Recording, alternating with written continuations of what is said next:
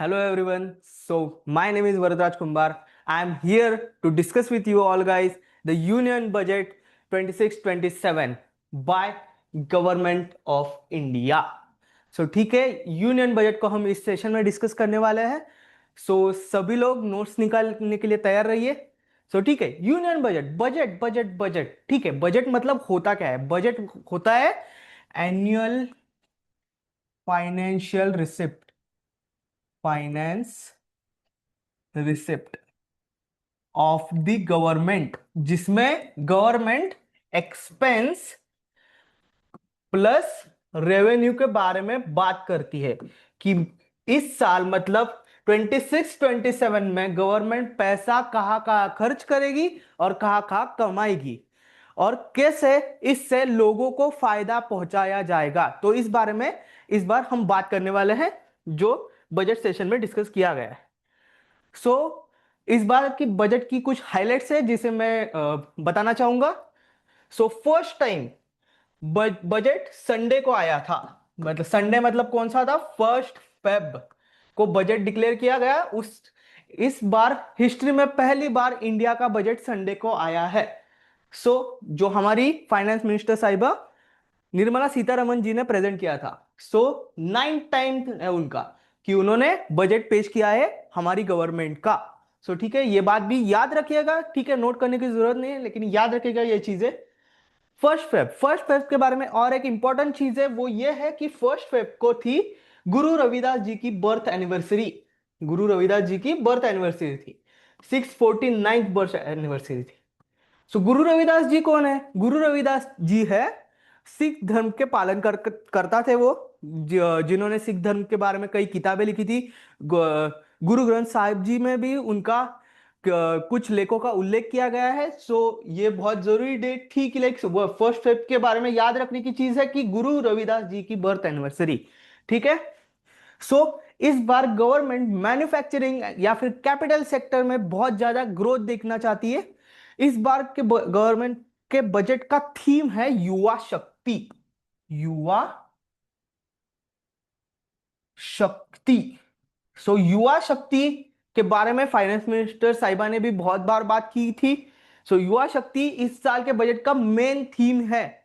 इसके बारे में भी एक कोट किया था मैम ने कि like reform over rhetoric and people over populism.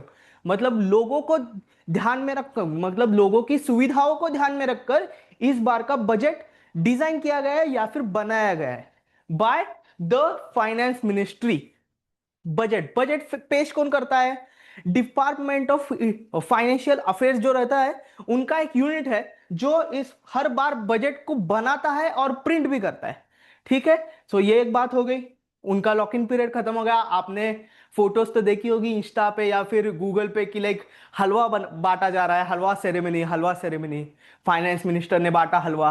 एक हलवा सेरेमनी एक ट्रेडिशन है कि खत्म हो गया लॉक इन पीरियड, अब शुरू करेंगे एक नए साल को मिठाई के साथ. इसके लिए वो किया गया है. ठीक है, आगे देखते हैं. ये इस साल का जो बजट है वो बेसिकली 3 कर्तव्य के ऊपर बेस है. मतलब इस बार की गवर्नमेंट ये कहना चाहती है कि हम 3 कर्तव्यों को फॉलो करेंगे और बजट को बनाएंगे. ये आप नोट कर लीजिएगा अपनी नोट्स में. फर्स्ट कर्तव्य है कि accelerate and sustain the economic growth. मतलब जो हम इकोनॉमिक ग्रोथ कर रहे हैं वो हमें एक्सेलरेट तो करनी ही है, उसके साथ साथ सस्टेन भी करनी है. तो उसमें enhancing the productivity and competitiveness, building the resilience to violate the global dynamics.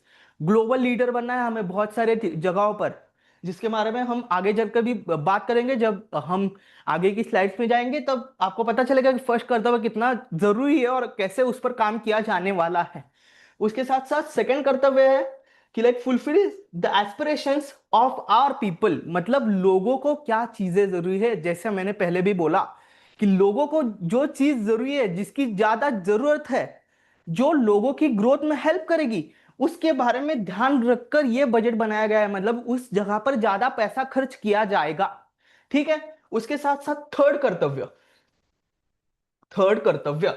कर्तव्य इस सबका साथ सबका विकास.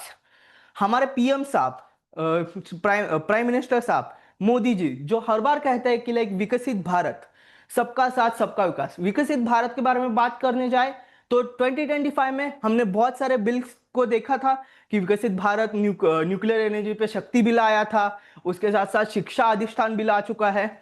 तो ऐसे विकसित भारत 2047 जो हमारा टारगेट है, उसके अकॉर्डिंग ये जरूरी है कि सबका साथ सबका विकास, जिसमें ensuring every family, every community, religion, sector has access to the resources and amenities as well as the opportunities for the participation. मतलब प्राइवेट सेक्टर की पार्टिसिपेशन के साथ साथ हम अपॉर्चुनिटीज को भी डेवलप कर रहे हैं, लोगों को अपॉर्चुनिटी दे रहे हैं, हर रीजन के हर सेक्टर के लोगों को अपॉर्चुनिटी दे रहे हैं।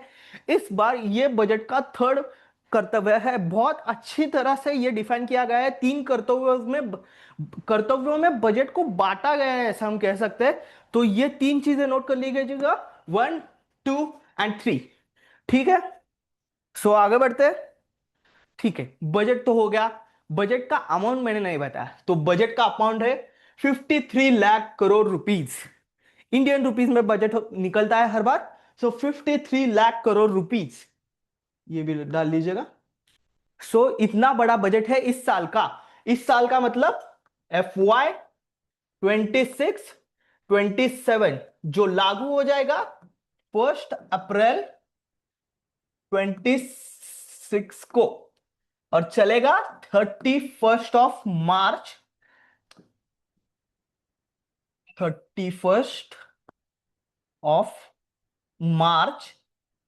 2027 तक। एक बात मैं आपको बताना चाहूंगा कि लाइक पिछली साल का जो बजट था, मतलब FY 25-26 का बजट जो अभी भी चल रहा है, मतलब आज फरवरी का महीना है लेकिन अभी भी ये बजट चल रहा है जो चलेगा 31 मार्च 2026 तक, वो था नियरली अबाउट 50 लाख करोड़। 50 लाख करोड़ जो इस साल बढ़ के पहुंच चुका है 53 लाख करोड़ पे। ठीक है, तो ये बात आप ध्यान रखिएगा। उसके बाद कैपिटल एक्सपेंडिचर, मतलब कैपेक्स में कितना खर्चा करने वाली है गवर्नमेंट। सो कैपेक्स में जो खर्चा हो रहा है वो इस बार का है 12.2 लाख करोड़, मतलब जो हमें आगे चलकर फायदा देता रहेगा, ऐसे एम्यूनिटीज, मतलब जैसे कि रोड्स हो गए, हाईवेज हो गए, हेल्थ सेक्टर में स्कूल, फिर हेल्थ सेक्टर हो गया, स्कूल्स हो गए, एजुकेशन सेक्टर्स में रिसर्च लैबोरेटरीज एक्सेट्रा एक्सेट्रा। सो इसमें कुल मिला के 12.2 लाख रुपया, 12.2 लाख करोड़ रुपया खर्च करने वाली है गवर्नमेंट। ठीक है, ये तो हो गई खर्चे की बात। सर ये बताओ कि लाइक पैसा आएगा कहां से। सो पैसा आने के लिए गवर्नमेंट भी कुछ तो कमाती है ना। ठीक है, हम टैक्स देते हैं, GST भरते हैं, तो वो पैसा तो मिल रहा है ना गवर्नमेंट को।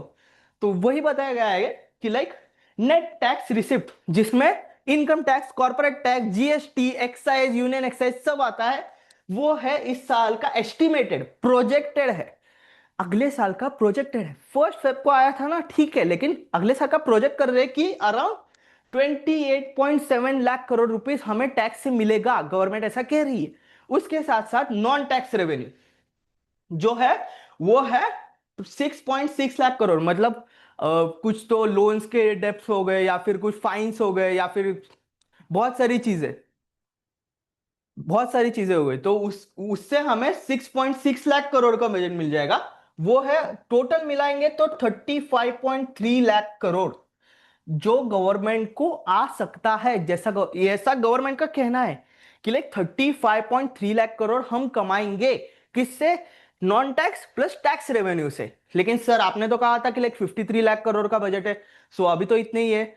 सो जो बचा हुआ है वो हम बोरो करेंगे, जिसे इकोनॉमिक्स की टर्म्स में कहा जाता है फिस्कल डेफिसिट।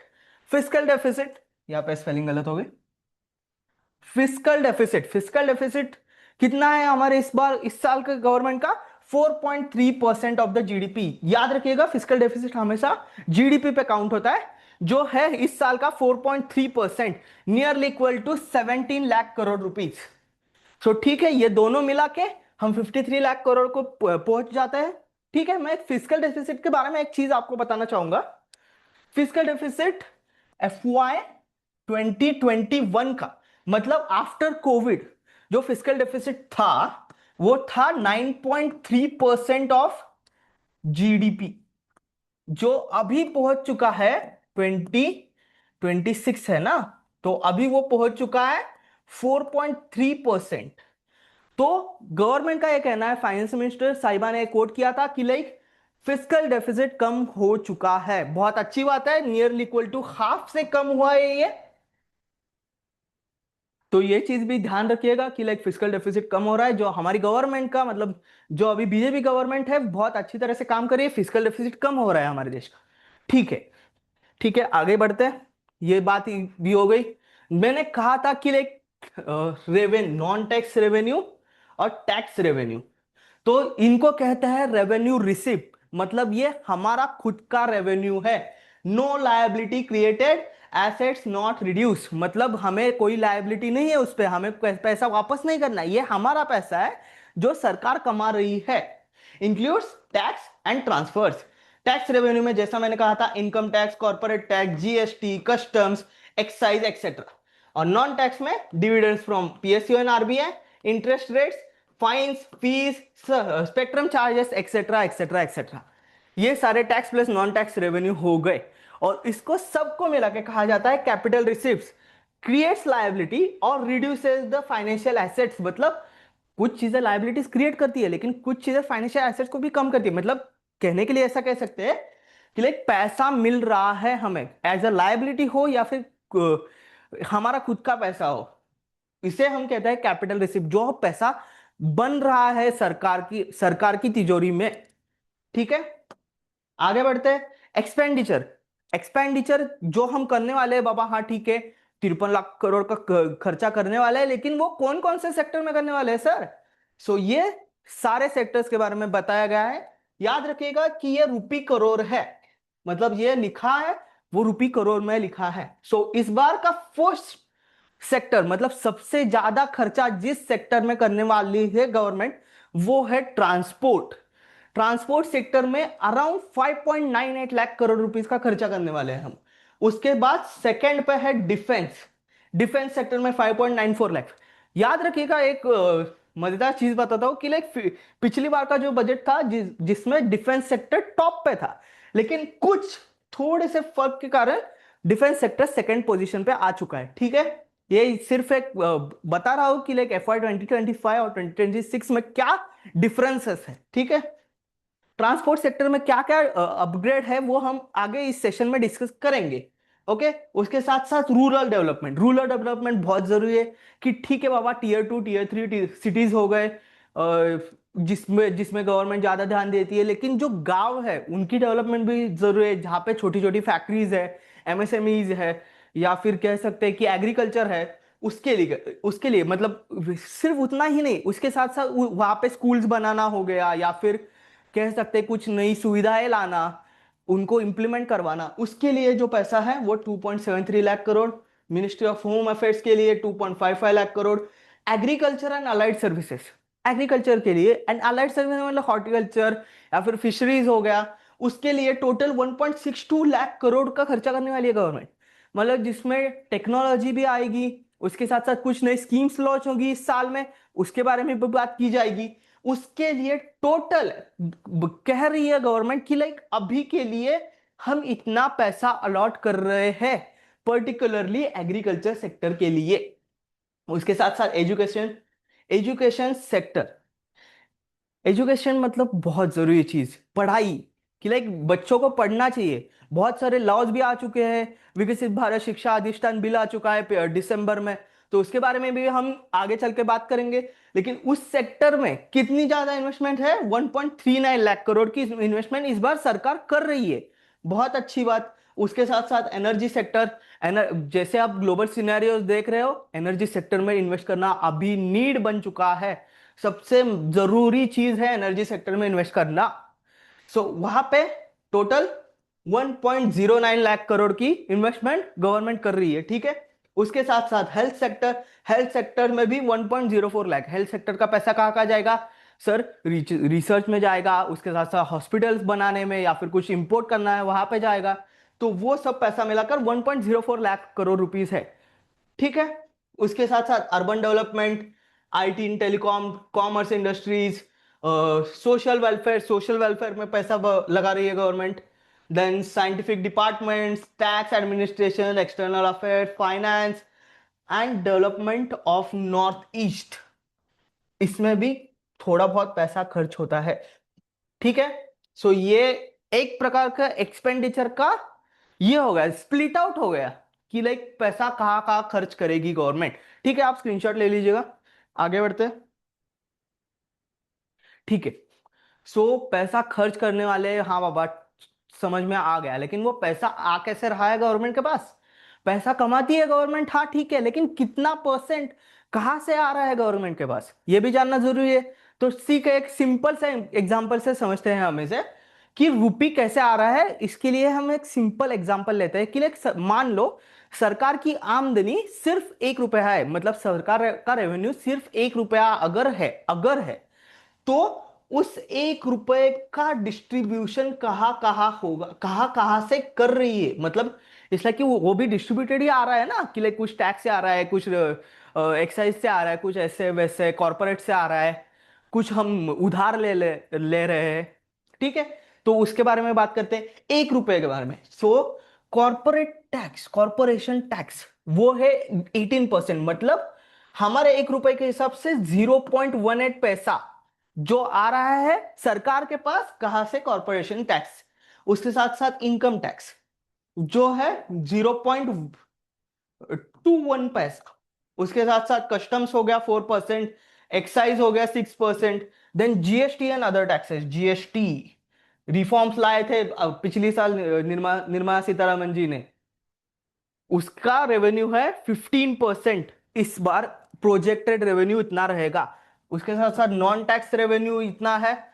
उसके साथ फिर नॉन डेप्ट कैपिटल रिसीव में, और बोरोविंग्स, फिजिकल डेफिसिट जो मैं पहली बार से कह रहा हूं कम हो गया, लेकिन अभी 1 रुपए के बारे में देखेंगे तो वो भी बहुत ज्यादा दिख रहा है, 24%। मतलब कहने के लिए कह सकते हैं कि लाइक 1/4 ऑफ द 1 रुपया, या फिर 25% ऑफ द 1 रुपया जो सरकार कमा रही है वो आ रहा है इस बोरोइंग्स और लाइबिलिटीज से। सो वो उसे कम करने के लिए हमें कुछ रिफॉर्म्स लाने पड़ेंगे, जो इस बार के बजट का एम होना चाहिए, हो रहा है। देखेंगे आगे चलकर हम आगे की डिस्कशंस में।